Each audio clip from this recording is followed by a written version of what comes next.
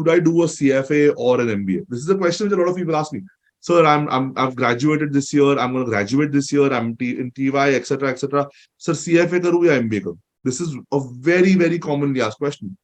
And the answer to this is like understand, like giving very direct, specific answers.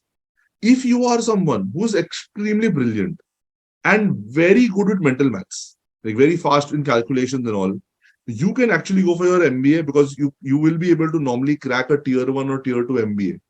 But if you're not from that gold cream crowd, if you're not from that top 1%, top 2% crowd, which most of the students in India are, then doing a tier 3, tier 4 MBA after paying 15, 20 lakh fees is a useless thing because you will be earning a 5 lakh package.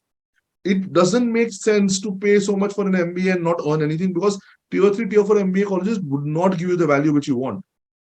Okay, so if you're not from that extremely golden cream tier crowd who cannot crack a CAT or an NMAT or a SNAP, etc., then CFA becomes much more lucrative. Because if you want to make a career in finance, CFA se bhi acha job milega hi. And the probability you will clear the CFA exam is much higher, as I showed you previously. Like to crack an IIM, you have to be in the top 1 or 2% people. But to crack your CFA exams in each level, you have to be in the top 45% people. So it's much more easier to crack CFA exams. And even if you do not finish your level 3, even after level 2, you can still get decently good packages and pays. So I hope you're understanding. Like, so you have to see where are you standing. People out here, 417 people. See yourself. आप लोग कौन से इसमें हो? Are you in the top tier cream layer crowd, or you are like just below that, or maybe average? In that case, what to do? Top tier MBA, else CFA. Also, if you want to go abroad and do your masters later on, also, or do your MBA from abroad, or settle abroad, if you have any, I can say, wishes, wants, any dreams of doing something abroad, CFA is a no-brainer. Please remember, because the value you will get, or the value you'll derive by doing a CFA abroad is massive. So, CFA level 1, level 2 karke ja sakte ho, and then you can do your masters from there, and then finish your CFA level 3 out there. Beautiful value. I personally know a lot of people who have been as students and then who've gone to do their masters in US, UK, etc. And they tell me, sir, that we can actually see the difference in our packages and profiles once we get placed from a master's college.